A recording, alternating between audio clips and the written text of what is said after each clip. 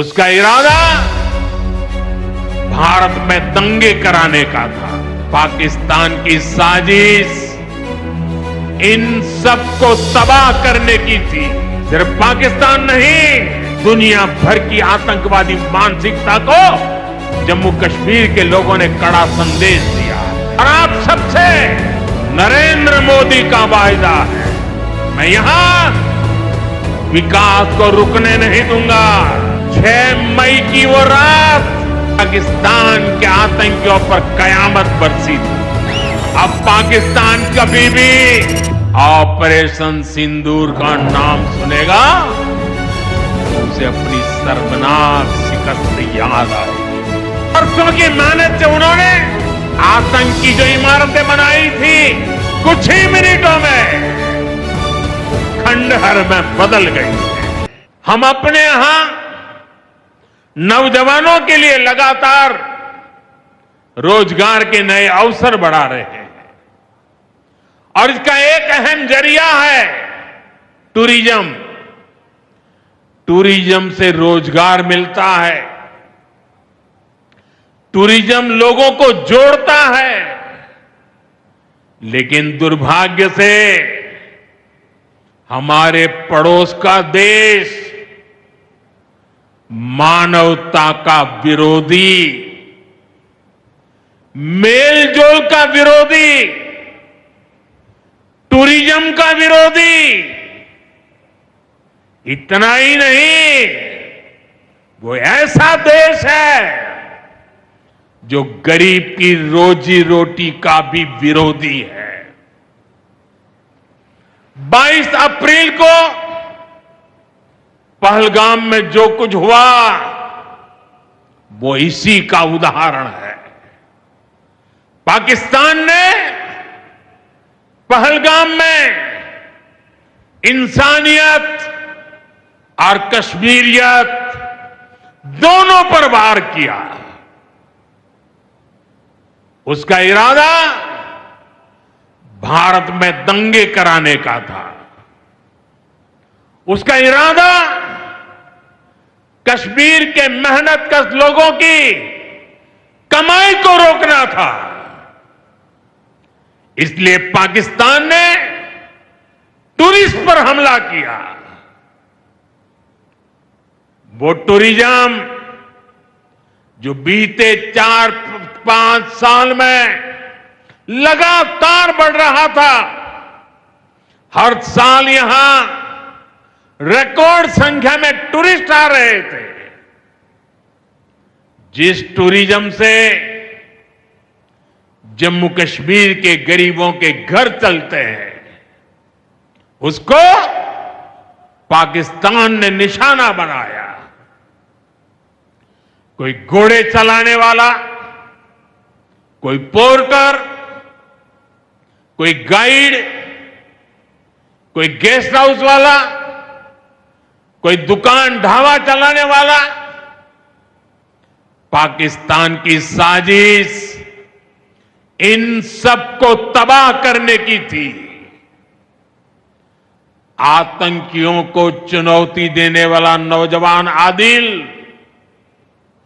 वो भी तो वहां मेहनत मजदूरी करने गया था, लेकिन अपने परिवार की देखरेख कर सके इसलिए मेहनत कर रहा था। आतंकियों ने उस आदिल को भी मार दिया। साथियों, पाकिस्तान की साजिश के खिलाफ जिस प्रकार जम्मू कश्मीर के लोग उठ खड़े हुए हैं, जम्मू कश्मीर के अवाम ने इस बार जो ताकत दिखाई है, ये सिर्फ पाकिस्तान नहीं, दुनिया भर की आतंकवादी मानसिकता को जम्मू कश्मीर के लोगों ने कड़ा संदेश दिया है। जम्मू कश्मीर का नौजवान अब आतंकवाद को मुंह तोड़ जवाब देने का मन बना चुका है। ये वो आतंकवाद है जिसने घाटी में स्कूल जलाए, और सिर्फ स्कूल यानी इमारत नहीं जलाई थी, दो दो पीढ़ी का भविष्य जला दिया था, अस्पताल तबाह किए, जिसने कई पीढ़ियों को बर्बाद किया। यहां जनता अपनी पसंद के नुमाइंदे चुन सके, यहां चुनाव हो सके, ये भी आतंकवाद के चलते बड़ी चुनौती बन गया था। साथियों, बरसों तक आतंक सहने के बाद जैसे जम्मू कश्मीर ने इतनी बर्बादी देखी थी कि जम्मू कश्मीर के लोगों ने सपने देखना ही छोड़ दिया था, आतंकवाद को ही अपना भाग्य मान लिया था। जम्मू कश्मीर को इस स्थिति से निकालना जरूरी था, और हमने ये करके दिखाया है। आज जम्मू कश्मीर का नौजवान नए सपने भी देख रहा है और उन्हें पूरे भी कर रहा है। अब कश्मीर का नौजवान बाजारों को, शॉपिंग मॉल्स को, सिनेमा हॉल को गुलजार देख करके खुश है। यहां के लोग जम्मू कश्मीर को फिर से फिल्मों की शूटिंग का प्रमुख केंद्र बनते देखना चाहते हैं। इस क्षेत्र को स्पोर्ट्स का हब बनते देखना चाहते हैं। यही भाव हमने अभी माता खीर भवानी के मेले में भी देखा है। जिस तरह हजारों लोग माता के दर पर पहुंचे, वो नए जम्मू कश्मीर की तस्वीर दिखाता है। अब 3 तारीख से अमरनाथ यात्रा भी शुरू होने वाली है। ईद की उमंग भी हम चारों तरफ देख रहे हैं। विकास का जो वातावरण जम्मू कश्मीर में बना था, वो पहलगाम के हमले से डिगने वाला नहीं है। जम्मू कश्मीर के आप सभी लोगों को और आप सबसे नरेंद्र मोदी का वायदा है।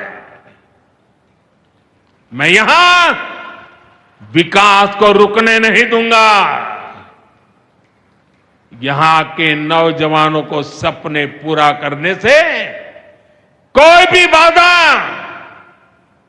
अगर रुकावट बनती है, तो उस बाधा को पहले मोदी का सामना करना पड़ेगा।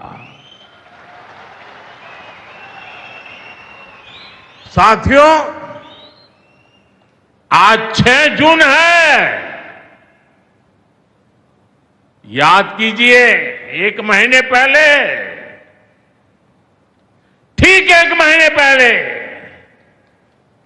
6 मई की वो रात पाकिस्तान के आतंकियों पर कयामत बरसी थी।